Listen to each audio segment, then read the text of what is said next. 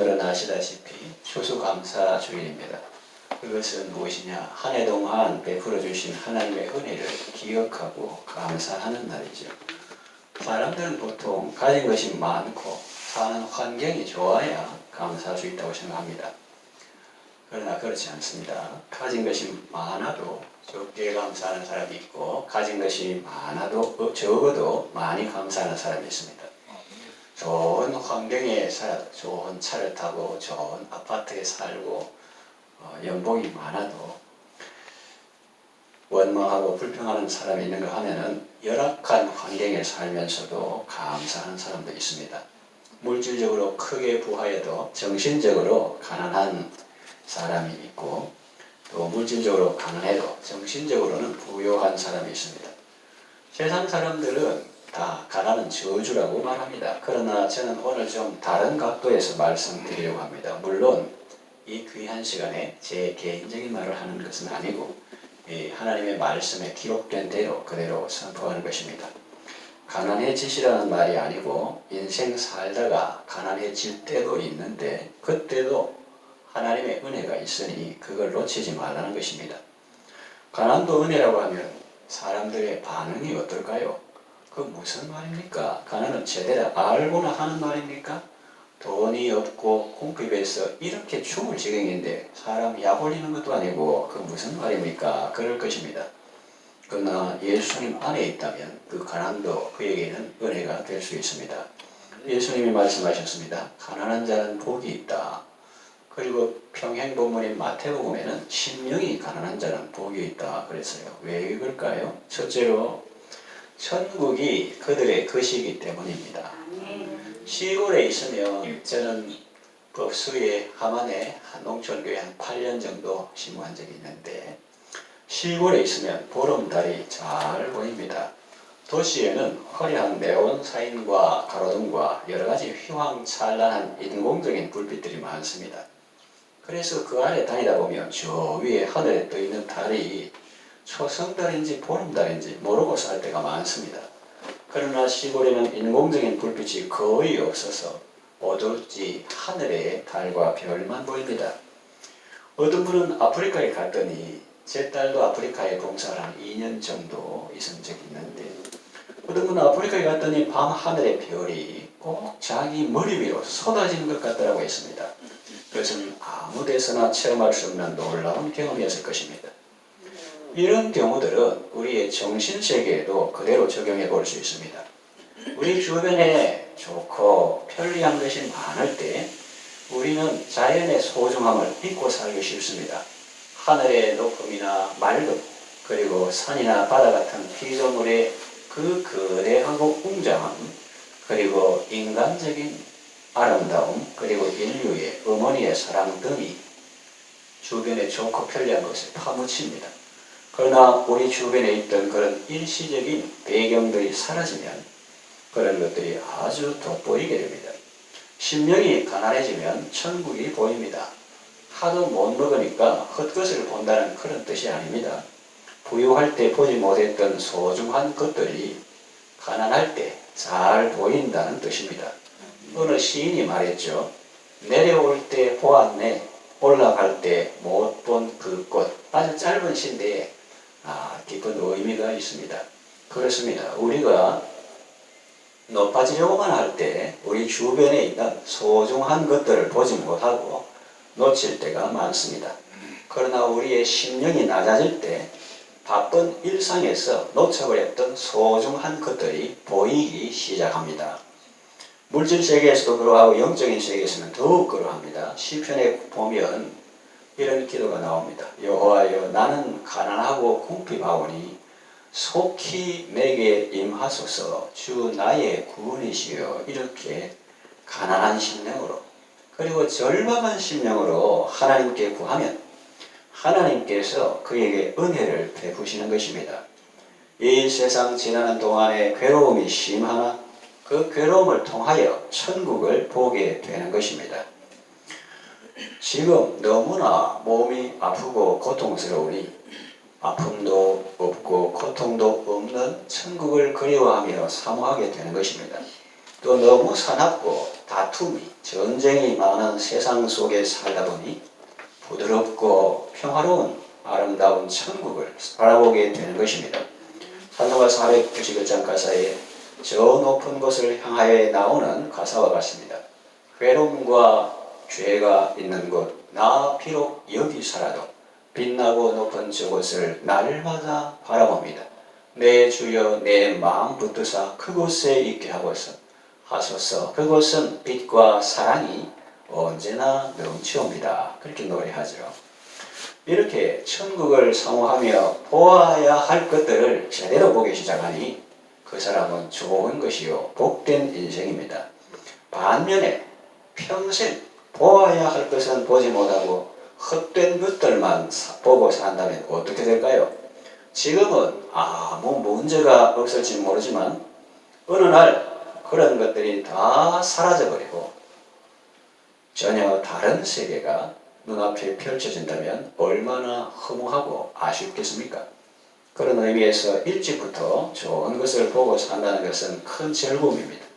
하나님의 사람 다윗은 이렇게 기도했습니다. 시편 37편 4절에 그의 기도가 나오는데 내가 여호와께 바라는 한 가지 일 그것을 구하리니 곧 내가 내 평생 여호와의 집에 살면서 여호와의 아름다움을 바라보며 그의 성전에서 사모하는 그것이라 그랬어요. 이렇게 천국의 복을 사모하며 사는 사람은 지금도 좋은 것을 보며 살지만 장차 더 좋은 것을 보게 될 것입니다. 왜냐하면 천국의 연회는 갈수록 더 좋은 포도주가 나오기 때문입니다. 세상하고 다르죠. 세상에는 처음에는 좋은 포도주를 내다가 사람이 취하면 물이나 아무거나 이렇게 내는 습관이 있는데 가나의 혼인잔치 보면 갈수록 더 좋은 포도주가 나온다. 세상 재미는 겉으로 보면 막 좋은 것 같지만 나중에 몸 상하고 마음 상하고 피폐한 인생이 되는데 그러나 주님께서 주시는 즐거움은 갈수록 더 좋은 포도주와 같이 새롭고 아름답다 하는 것이지요. 하나님은 너무나 아름다운 분이셔서 그 아름다움과 선하심이 우리로 하여금 세상 고생을 다 잊어버리게 할 정도입니다. 바깥에서 아들 놀다가 다쳐도 어머니 그 푸근한 사랑과 마음, 얼굴 부러주고 그런 거 보면 아들이 그냥 울음 거친 것처럼 하나님의 아름다움과 선하심을 볼 때 세상 고생을 다 잊어버리게 됩니다. 그래서 성도는 이렇게 찬송합니다. 여러분도 많이 부르죠. 하나님의 아름다움과 그의 영광 볼 때에 세상 고생 잊어버리고 거룩한 길 다니리.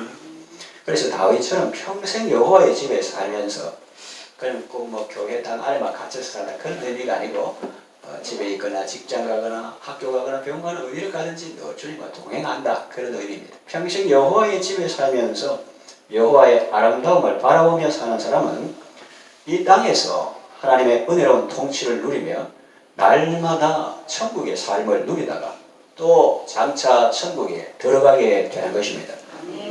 정말 큰 부장을 얻은 사람입니까? 물질만 많이 소유한 사람이 아니라 물질도 있지만 그 심령에 천국이 있는 사람입니다. 사도 바울 같은 사람이죠. 고린도후서 6장 9절에서 10절 말씀 보면 무명한 자 같으나 유명하고 가난한 자 같으나 많은 사람을 부유하게 하고 아무것도 없는 자 같으나 모든 것을 가진 자로다 그랬어요. 그래서 무명한 자 같으나 유명하고 여러분이 구원받았으면 바로 그런 사람이다 하는 것입니다. 뭐 TV 아웃인 뉴스에 대통령이나 또 유명한 사람처럼 이름 나오지 않아도 나는 무명한가? 그런데 하늘나라 생명책에 기록되어 있다. 그는 유명한 자지. 그러나 세상에서는 내 너라 하는 사람도 예수님이 마지막 때 내 너를 모른다. 그렇게 하면은 그는 무명한 자죠. 그래서 그리스도인은 무명한 자 같으나 유명하고 가난한 자 같으나 많은 사람을 부유하게 하고 아무것도 없는 자 같으나 모든 것을 가진 자라고 말하고 있습니다. 그러니 가난하다고 해서 가진 것이 없고 삶이 풍성하지 않다는 것은 잘못된 말입니다. 하나님께서 그리스도 안에서 생명과 경건에 속한 모든 것을 주셨습니다. 우리가 그리스도 안에 있으면 세상 것이 다 우리 것이나 마찬가지입니다. 지금 환경이 조금 어렵다고 해서 절대로 낙심하지 마시고 하나님께서 예수 그리스도를 통해서 우리에게 모든 것을 주신 것을 알고 감사와 기쁨으로 예배하고 또 예수님 안에서 내가 기도하면 필요한 것은 주시고 사치스럽거나 그것이 내게 교만이 되거나 그러면 안 주시고 그렇지만 필요한 것은 다 공급해 주신다. 그런 믿음으로 살아가시기를 바랍니다. 두 번째, 가난한 날의 기도는 평소보다 몇 배 더 간절하기 때문입니다. 옛날에 바디메오라는 사람이 살았어요. 여리고에 사는 사람인데 시각장애인이고 또 거지였습니다. 그가 예수님이 지나간다 할 때 부르짖었는데 그의 절규를 들어보세요. 주 다윗의 자손이여 나를 불쌍히 여기소서 그렇게 크게 부르짖었습니다. 그가 소경이요 거지가 아니었더라면 그렇게도 간절한 기도를 드릴 수 있었을까요? 그가 아무 아쉬움이 없는 삶을 살고 있었다면 주변 사람들의 시선을 의식하지 않고 그렇게 계속 소리를 지를 수 있었을까요? 그분들 주변에 좀 조용히 해라. 선생님이 지나잖아. 이렇게 주변에 말한 분들은 평소에 자기 호의를 베풀어준 사람들 아닙니까? 그 고객들 아닙니까? 그런 분들의 만류와 저주에도 불구하고 더 크게 부르짖을 수 있었을까요? 등 따지고 배부른 삶을 살았으면 없었을 것입니다. 그의 가난과 궁핍과 비천과 고난이 그로 하여금 간절히 부르짖게 했고 그 믿음의 기도로 그는 예수님의 긍휼을 입고 구원을 받을 수 있었던 것입니다.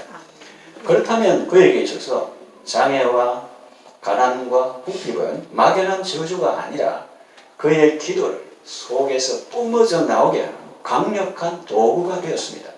예수님을 만나고 구원받는 계기가 되었습니다.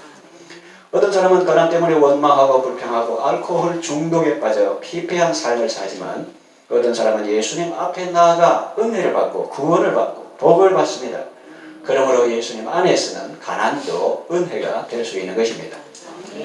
새로운 교회를 개척하고 한동안 저는 이런 기도를 드렸습니다. 주님, 안정된 예배 처소를 주소서.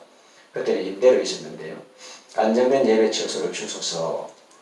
주님의 양들을 붙여주소서. 한 영혼을 붙여주소서. 그러면 그를 그리스도 안에서 온전한 사람으로 세우겠습니다.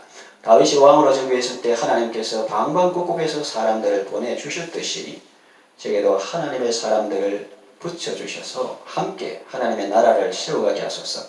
주님의 뜻을 받들게 하소서. 상처 입은 심령을 주님의 십자가의 사랑으로 보듬게 하시고 무너진 가정을 주의 사랑으로 다시 세우게 하소서. 그렇게 기도했습니다. 그동안 하나님께서 많은 은혜를 베풀어 주셨습니다. 또 임대로 있었는데 이걸 살 수 있도록 하나님께서 안정된 처소를 주셨고 또 그동안 많은 영혼들을 붙여주셨습니다. 물론 이사가고 또 천국 가신 분도 있지만 많은 분들을 붙여주셨습니다. 시대가 어렵고 한 영혼 구원하기 어렵다 해도 우리만 잘 준비되면 믿다가 낙심한 분들이나 교회 안 나가는 분들도 나올 것이고 뿐만 아니라 하나님께서 전혀 예수를 안 믿는 이웃들 한 번도 교회 안 가본 그런 분들도 많이 붙여주실 줄로 믿습니다. 여러분도 가난할 때 낙심하거나 절망하지 말고 하나님 앞에 나와 진실한 마음으로 기도하시기를 바랍니다. 절박한 심령으로 하나님께 부르짖을 때 하나님은 그 부르짖음을 결코 외면하지 않으실 것입니다. 성경에 그런 예가 많이 나오죠. 한나는 영혼을 쏟아서 기도했는데 하나님이 그 기도를 들으시고 사무엘을 주셨습니다. 또 스로보닉에 수야 페니키아 족속 여인은 딸에게 흉악한 귀신이 들려서 예수님 앞에 나아가 부르짖었더니 결국 그 딸이 고침받았습니다. 또 사도 바울은 육체의 가시를 제거해 달라고 3번이나 간구하였더니 주님이 말씀을 주시고 깨달음을 주셨습니다. 이 신앙의 선진들은 그 암울한 시대에 그 어려운 환경을 주님의 은혜로 잘 통과했습니다. 그러니 여러분도 인생의 어려움이 찾아왔을 때 주님을 만나고 주님의 은혜를 체험하는 좋은 기회로 삼으시기 바랍니다. 다윗은 이렇게 고백했습니다. 시편 34편 6절에 이 곤고한 자가 부르짖음에 여호와께서 들으시고 그의 모든 환난에서 구원하셨도다 그랬어요. 우리가 겉으로 보면 그 사람 아쉬운 거 뭐 있노? 왕이제, 신하들 많지, 시도 잘 쓰지, 악기도 잘 연주하지, 부하들도 많지, 뭘 아쉽노? 시편 보세요. 하나님이여 나를 대적이 어찌 그리 많은지요. 일어나 나를 치는 자가 많습니다. 그러면서 그 마음 속에 있는 그런 고통과 갈등이 고스란히 나타나 있습니다. 이 곤고한, 그러니까 다윗도 곤고한 삶을 살고 겉으로 보면 모릅니다. 그런데 하나님께 부르짖을 때 하나님께서 들으시고 그 모든 환난에서 구원해 주신 거죠. 여러분들도 기도하여 응답받고 하나님의 은혜로 승리하는 삶을 살아가시기를 바랍니다. 아멘. 세월이 지나고 그 시절을 살아온 시절을 돌이켜보면 언제가 좋았나? 하나님 앞에서 간절히 기도하던 그 시간이 여러분 인생의 가장 귀한 시간으로 기억될 것입니다. 아무리 내 사는 환경이 좋고 세상에서 잘 나가던 그런 시기라 해도 기도 없이 살았다면 헛된 날들을 보낸 것이고 가난하고 힘들고 어려울 때 다른 것은 바라볼 것 아무것도 없고 오직 주님만 바라보고 부르시는 그때 그 시절이 몇백 배 더 아름답고 소중한 삶으로 기억될 것입니다. 그것이 가난이라는 것은 국어 사전에 나오는 가난하고 좀 다른데 이 히브리어 아나윈 하는 것은 세 가지를 생각하시면 됩니다. 첫째는 주변 상황이 자기를 막 쪼여오는 거예요. 적들이 침입했든지 질병이 찾아왔든지 가난이나 궁핍이나 어려움이 왔든지 주변 상황이 자기를 쪼여오는 거예요. 그런데 자기는 아무 대책이 없어. 사방을 둘러봐도 아는 사람도 없고 사고무친이고 사방을 둘러봐도 자기는 아무 대책이 없고 두 번째. 그래서 오직 하늘의 하나님만 바라보며 긍휼을 바라고 기도하는 이 세 가지 요소. 이것이 성경이 말하는 가난한 자, 아나윈의 뜻입니다. 주변에서 막 상황이 쪼여와요. 자기는 아버지, 하나님 마음 믿고 내가 이거 해보면 되지. 뭐 통장에 잔고도 많고, 아들도 많고, 잘 돌봐줄 거고, 뭐 아니면 뭐 시장하고 내 인간적으로 친하니까 뭐 연락해가지고 나라의 구제도 받고, 뭐 이런 생각하고 있는데, 그런 사람들은 방백들을 의지하지 말며 도울 힘이 없는 인생도 의지하지 말지니 그 호흡이 끊어지면 흙으로 돌아가서 당일에 그 도모가 소멸하리보다 여호와 자기 하나님에게 소망을 두며 이스라엘의 하나님께 소망을 두는 자는 복이 있도다 그랬어요. 그걸 모르니까 그런 거 없어서 안 의지하나. 있어도 하나님을 의지하는 사람이 참 신앙의 사람이에요. 그 사람들은 의지의 대상이 아니고 뭡니까? 사랑의 대상이고 기도의 대상이지. 그런 분들이 있어도 그 사실을 상태를 정확하게 진단 못한 거예요. 정확하게 진단하면 니는 주변 대책이 없고 나는 있다 그게 아니고 인생은 누구나 다 주변 상황이 조여올 때 나는 아무 대책이 없고 여기 인생의 본질적인 상태입니다. 아무것도 없고 그래서 오직 하나님만 바라보는 이것이 가난한 자다. 가난한 자는 복이 있다. 그렇게 막 왜냐하면 그것 때문에 하나님을 만났어요. 간증들은 그것 때문에 하나님 만난 사람 많아요. 그냥 등 따시고 베풀고 회사에서 잘 나가고 그럴 때 하나님 모르고 연영주 같은 사람도 송장식하고 목이 좋아가지고 밤새도록 노래하고 그래도 괜찮은데 대마초 사건 때문에 차가운 감방에 있었대. 돈 잘 쓰고 자랑할 때는 친구들도 많고 그랬는데 감방에 아무 찾아온 사람 없는데 누가 찾았습니까? 그 예수님이 찾았다. 그래가지고 이제 다시 회복되고 이제 자녀들하고 세계를 다니며 간증하고 노래하는 그런 삶을 살고 있죠. 그래서 병들고 아프고 이거는 자체는 좋은 것은 아니나 그것 때문에 내 생명의 주인이 누군지 하나님의 은혜가 무엇인지 예수님을 만났다면 그것은 결코 손해가 아니라는 거예요. 거꾸로 돌려서 생각하시고 눈에 보이는 조금 좋은 환경 그것 때문에 아쉬운 줄 모르고 어려움 당하는 사람 마음도 헤아리지 못하고 가난한 자를 업신여기고 그렇게 하면 예수님을 모르면 그보다 더 불쌍한 것이 없다. 그렇게 우리가 돌려서도 생각할 수 있는 것입니다.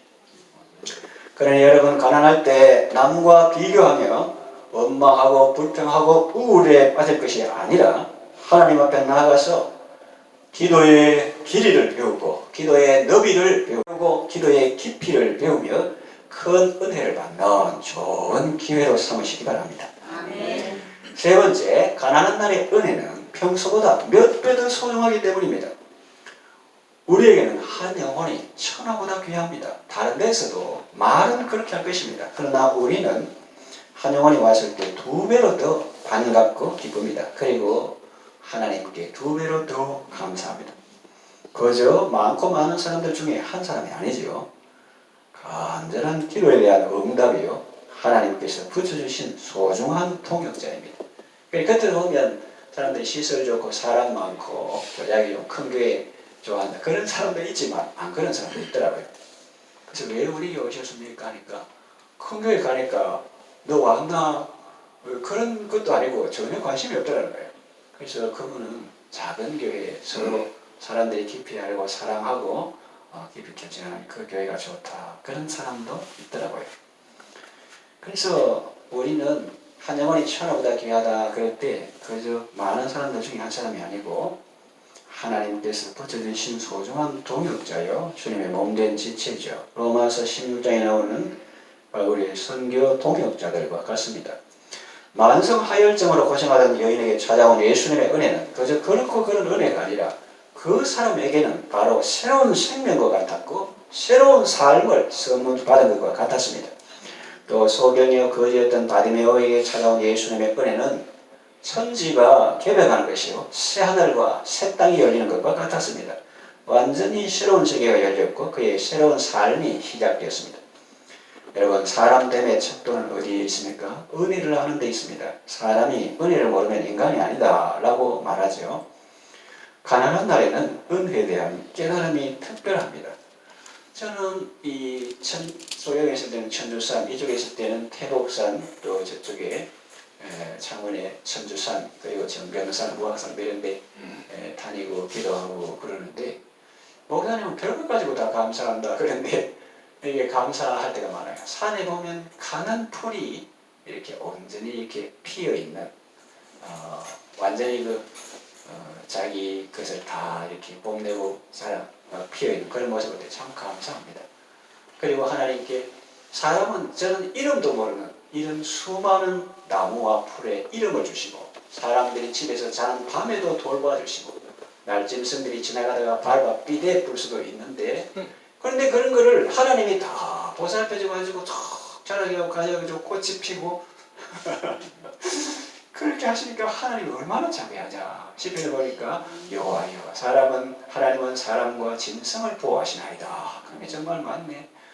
그리고 또 제 생각인지 모르지만 그 잣나무에 가면 다람쥐가 요래요래 있다가 잣을 한 개 탁 뜯어가지고